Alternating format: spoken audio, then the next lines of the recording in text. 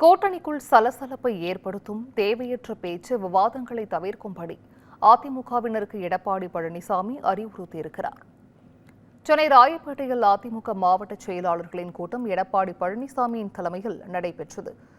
கூட்டத்தில் சட்டப்பேரவை தேர்தல் பணிகள் குறித்து மாவட்ட செயலாளர்களுடன் அவர் ஆலோசனை மேற்கொண்டார். பின்னர் பேசிய எடப்பாடி பழனிசாமி அண்ணாமலை விமர்சனம் செய்ய வேண்டாம் என கட்சி நிர்வாகிகளுக்கு அறிவுறுத்தினார். 2026 தேர்தலுக்கான பணிகளை வேகப்படுத்தவும் கட்சியினருக்கு எடப்பாடி பழனிசாமி உத்தரவிட்டார். புதிதாக கட்சி தொடங்கியவர்கள் கட்சி வளர்ச்சிக்காக எதையாவது பேசுவார்கள் என்பதால் தாவேகா தலைவர் விஜய் பேசுவதை கண்டுகொள்ள வேண்டிய அவசியமில்லை என்றும் எடப்பாடி பழனிசாமி அறிவுறுத்தியதாக கூறப்படுகிறது.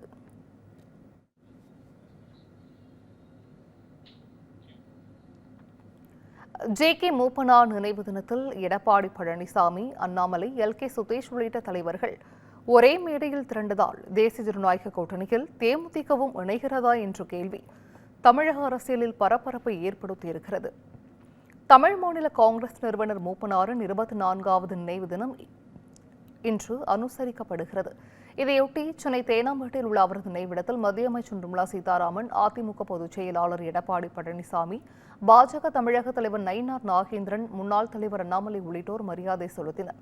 தொடர்ந்து செய்தியாளர்களிடம் பேசிய நிர்மலா சீதாராமன், 2026 தேர்தலில் தமிழ்நாட்டில் ஒரு பெரும் மாறுதலை கொண்டு வர வேண்டிய தேவை இருப்பதாக பேசினார். இந்த கூட்டணியை நல்லபடியாக நடத்த வேண்டும் எனவும் சிறிய சிறிய உட்பூசல் குறித்து நாம் கவலை கொள்ள தேவையில்லை எனவும் அவர் கூறினார். ஆளுமை மிக்க மூப்பனார் பிரதமராவது தடுக்கப்பட்டது தமிழ்நாட்டிற்கு நடந்த துரோகம் எனவும் அமைச்சர் குறிப்பிட்டார்.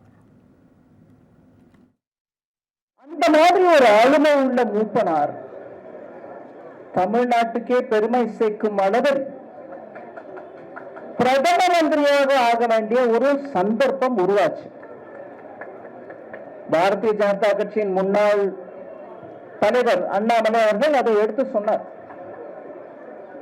ஆனா அவர் பிரதமரா ஆக வேண்டிய அந்த தருணத்தில் ஆக விடாமல் தடுத்த சக்திகள் யாருன்னு கூட நம்மளுக்கு எல்லாருக்கும் தெரியும்.